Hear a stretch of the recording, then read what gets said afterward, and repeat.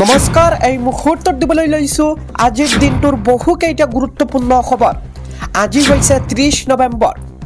আজিৰ দিনটোৰ প্ৰথমটো খবৰ হৈছে এটা ব্ৰেকিং নিউজ। এই মুহূৰ্তত জনাই আছো মধ্য অসমত আজিও পৰিছে আৰক্ষীৰ বুলডোজাৰ। দ্বিতীয় দিনৰ উচ্ছেদত হাহাকাৰ লুঠুমাৰীত। আমাক গুলি কৰি মাৰি পেলাওক, সকলো শেষ কৰি দিলে। এতিয়া আমি ক'ত যাম, কি কৰিম, কি খাম? পুলিচে আমাক খেদি খেদি ইয়ালৈ আনিলে।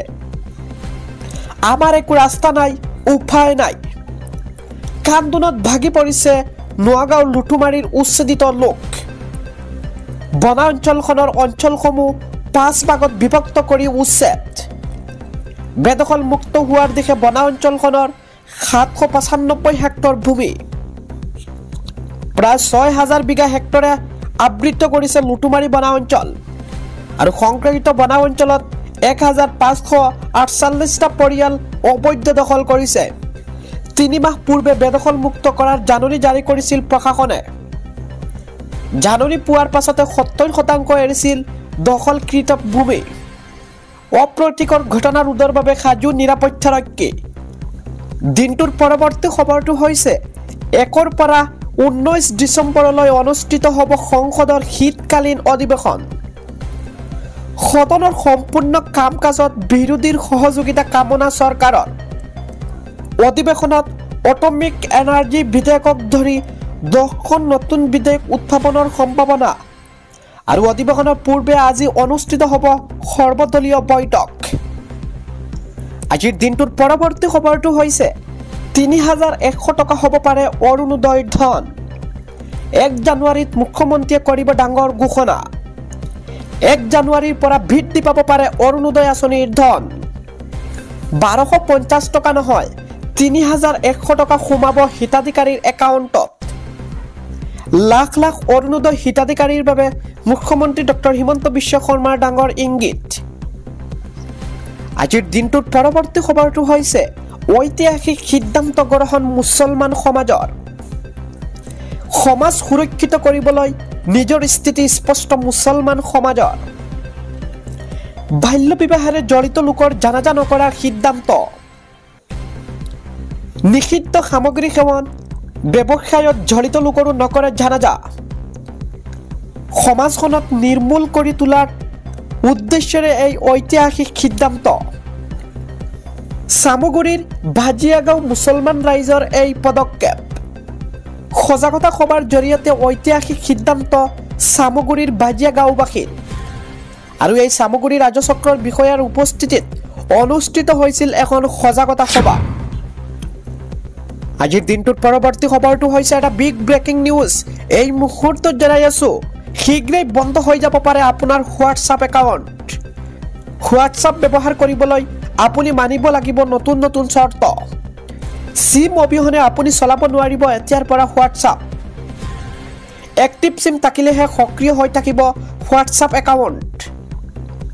মেছেজিং এপক লৈ কঠোৰ নিয়ম কেন্দ্ৰ চৰকাৰৰ। 6 ঘণ্টাৰ পিছত স্বয়ংক্ৰিয়ভাৱে লক আউট হৈ পৰিব আপোনাৰ হোৱাটছআপ একাউণ্ট। QR কোডৰ জৰিয়তে ৰি-এথেণ্টিকেশ্যন কৰিব লাগিব ইউজাৰে। আৰু 3 মাহৰ ভিতৰত প্ৰতিবেদন দিব লাগিব ডিপাৰ্টমেণ্ট অফ টেলিকমিউনিকেশ্যন কোম্পানীয়ে।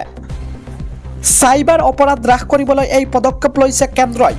আমি পুনৰবাৰ জনাই আছো যদি আপুনি হোৱাটছআপ ব্যৱহাৰকাৰী আৰু যদি হোৱাটছআপৰ এই নাম্বাৰটো আপোনাৰ লগত নাই, এক্টিভ নাই, তেতিয়াহ'লে আপোনাৰো হোৱাটছআপ শীঘ্ৰেই বন্ধ হৈ পৰিব পাৰে। আৰু এয়া কেন্দ্ৰীয় চৰকাৰে লৈছে নতুনকৈ নিয়ম। পৰৱৰ্তী খবৰটো হৈছে মামা আপোনাৰ হাতযোৰ কৰিছো, চকু মেলি চাওক। আমাক অলপমান মাটি দিয়ক মছজিদটোৰ বাবে। আমাক আপুনি শান্তি দিয়ক, আমি আশীৰ্বাদ কৰিম। 3 পাতেৰে আমি মছজিদটো বনাইছিলোঁ, ভাঙি পেলালে এতিয়া। এয়া মোৰ বাক্য নহয়, এয়া হৈছে উচ্ছেদিত লোকৰ বাক্য। আমাৰ থাকিবলৈ এতিয়া ঠাই নাই, ঘৰ মাটি সকলো লৈ গ'ল। কামপুৰত কান্দি কান্দি উচ্ছেদিত লোকে এনেদৰে হাহাকাৰ পৰিস্থিতি সৃষ্টি হৈছে আজিৰ দ্বিতীয় দিনতো। মামা আমাক মছজিদটোৰ বাবে আপুনি অলপমান মাটি দিয়ক। হে আল্লাহ দয়া কৰা, মামাক সুমতি দিয়া।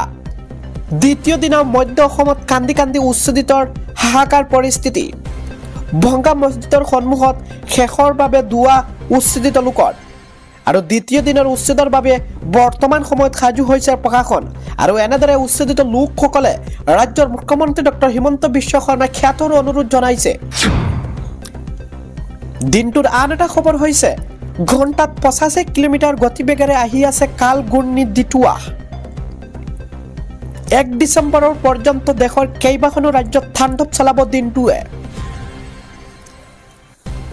আমি পুনৰবাৰ জনাই আছো শ্ৰীলংকাত তাণ্ডৱ চলাই বৰ্তমান সময়ত ভাৰতলৈ অগ্ৰসৰ হৈছে সামুদ্ৰিক ঘূৰ্ণি দিটুৱা তামিলনাডু পুডুচেৰী আৰু অন্ধ্ৰপ্ৰদেশৰ উপকূলৰ কাষ পাইছে এই ঘূৰ্ণি তামিলনাডু পুডুচেৰীৰ মাজেৰে পাৰ হ'ব দিটুৱা কাল ঘূৰ্ণি তামিলনাডু পুডুচেৰী আৰু অন্ধ্ৰপ্ৰদেশত ইতিমধ্যে ৰেড এলাৰ্ট জাৰি কৰিছে দিটুৱা কাল ঘূৰ্ণিৰ বাবে এতিয়ালৈকে জানিব পৰা মতে শ্ৰীলংকা দেশৰ 153 জনৰ মৃত্যু হৈছে ইফালে বান আৰু ভূমিস্খলনৰ বাবে 191 জন লোক সন্ধানহীন হৈ পৰিছে আমি পুনৰবাৰ জনাই আছো কাল ঘূৰ্ণিৰ বাবে বাতিল কৰা হৈছে বিমানৰ চলাচলসমূহ ঘূৰ্ণিৰ বাবে হাজাৰ হাজাৰ লোকৰ ঘৰ ধ্বংস হৈছে শ্ৰীলংকাত আজিৰ দিনটোৰ পৰৱৰ্তী খবৰটো হৈছে ৰাহুল গান্ধী আৰু মাতৃ সোনিয়া গান্ধীৰ বিৰুদ্ধে এজাহাৰ দাখিল নেশ্যনেল হেল্থ গোচৰত দিল্লী আৰক্ষীৰ অৰ্থনৈতিক অপৰাধ শাখাই দাখিল কৰিছে এজাহাৰ AJL কোম্পানীক প্ৰবঞ্চনাৰে অধিগ্ৰহণৰ ষড়যন্ত্ৰৰ অভিযোগ পুনৰবাৰ জনাই আছো বিৰোধী দল প্ৰতি ৰাহুল গান্ধী আৰু মাতৃ সোনিয়া গান্ধীৰ বিৰুদ্ধে ইতিমধ্যে এজাহাৰ দাখিল কৰিছে নেশ্যনেল হেল্থ গোচৰত আজিৰ দিনটোৰ আন এটা খবৰ হৈছে আজি ভাৰত আৰু দক্ষিণ আফ্ৰিকাৰ প্ৰথমখন ODI মেচ ৰাছিয়াৰ JSCA ষ্টেডিয়ামত দুপৰীয়া 1:30 পৰা আৰম্ভ হ'ব এই খেলখন KL ৰাহুলৰ নেতৃত্বত খেলপথাৰত নামিব দলটো আমি পুনৰবাৰ জনাই আছো ভাৰত আৰু দক্ষিণ আফ্ৰিকাৰ মাজত আজিৰ দিনত ODI মেচখন আৰম্ভ হ'ব আজি দিনৰ 1:30 দিনটোৰ পৰৱৰ্তী খবৰটো হৈছে শিৱসাগৰৰ নামটি মেৰাপাৰী গাঁৱত বাঘৰ আতংক বাঘৰ আক্ৰমণৰ আহত অনিল বৰুৱা নামৰ লোক এজন কৰ্মস্থলীৰ পৰা ঘৰলৈ গৈ থকা সময়তে আক্ৰমণ কৰিছে বাঘটোৱে দৰ্শকসকল যদি আজিৰ দিনটোৰ খবৰ কেইটা শুনি ভাল লাগিছে তেন্তে কমেন্ট যোগে মতামত জনাব আৰু যদি এতিয়ালৈকে মিডিল অসম ইউটিউব চেনেলটো সাবস্ক্ৰাইব কৰা নাই তেন্তে ইউটিউব চেনেলটো সাবস্ক্ৰাইব কৰিবলৈ নাপাহৰিব